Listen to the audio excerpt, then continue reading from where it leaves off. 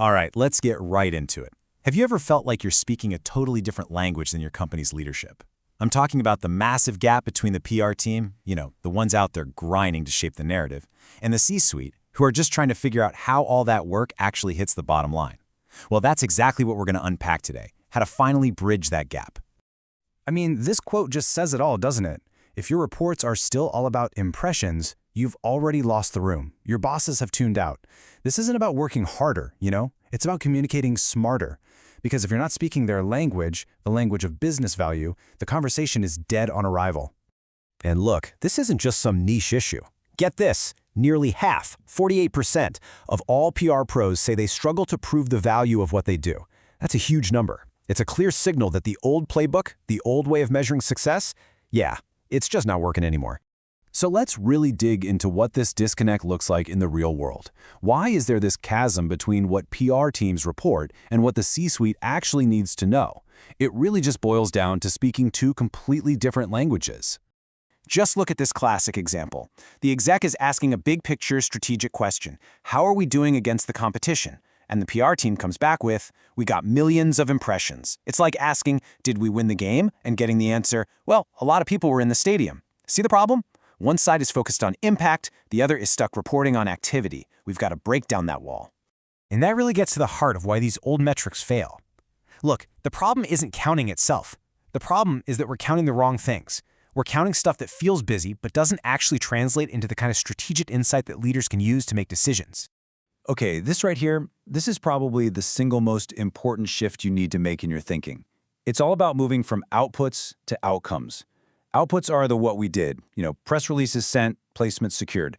But outcomes, that's the what actually changed because of what we did. So instead of we got 100 clips, the question becomes, did the narrative about our brand actually shift? Or did we gain ground on our competitors? That's the conversation leaders are waiting to have. And if you don't make that shift, well, the consequences are pretty serious. You end up with a major credibility problem. Suddenly your budget is on the chopping block every quarter. Your team's seat at the strategy table starts to, disappear. You get labeled as a cost center instead of what you really are, a value driver. All right, so how do we fix this? Simple. We start speaking their language. And that means adopting a whole new set of analytics. Analytics built to show value. So let's get into the good stuff, the 7 key metrics that will actually get you noticed in the boardroom. First up, we've got narrative and reputation analytics. And this is way beyond just counting mentions. Think about narrative intelligence. It's like a smart system that reads all the coverage and automatically clusters it into the actual stories people are telling about you. So, is the main story our amazing new product launch? Or is it, our recent customer service fails? Then you've got brand-centric sentiment, which digs deeper than just positive or negative. It tells you the flavor of the conversation around your brand within those specific stories. Okay, next, competitive and risk. Now, dynamic share of voice is a total game changer. It's not just who got more mentions, no. It's about who is winning the conversations that actually matter. It knows that a feature in a major, trusted publication is worth way more than 100 mentions on some random blog. And on the flip side, you've got risk indicators. This is like your early warning system. It spots the smoke, the negative chatter and potential issues long before they erupt into a full-blown crisis. And finally, we have to face the world we live in now. This means thinking about modern channels and the quality of coverage. For one, you need to know how AI and large language models are seeing your brand. What story are they telling when someone asks about you? And second, it's about embracing quality over quantity. Let's be real. One solid feature at a top-tier, authoritative publication is worth more than 1,000 mentions on sites nobody's ever heard of. It's about impact, not volume. Okay, so you've got these amazing new analytics. You're all set, right? Well, not quite. Having the right data is only half the battle. The other, equally important half, is how you deliver it. Because the most brilliant insight in the world is useless if it's buried on page 17 of a report that no executive is ever going to read. This table right here is basically your cheat sheet. Let's run through it. What do execs want?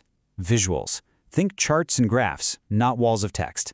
They need context, so always show how you stack up against the competition. They're not interested in a history lesson. They want to know what this data means for the future.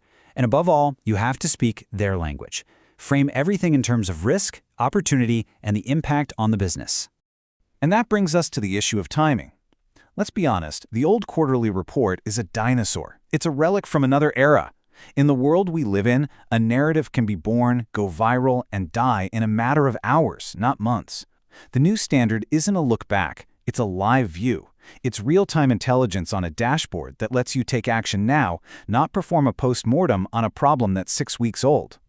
So let's put it all together. When you combine these powerful new analytics with this smarter way of reporting, something amazing happens. You finally stop talking about activity and start proving your impact. You can finally answer the questions that your leadership team actually cares about. Okay, picture this. You're in the big meeting. The CEO turns to you and asks, "How's our reputation trending?" What's your answer? The old way was to fumble through a folder of good press clips, right? It's vague, it's subjective, it's not very helpful. But the new way, you just point to the dashboard. You show them a single, clear score for reputation impact. You show how it's trending over the last quarter. And bam, you've got it right there next to your biggest competition score.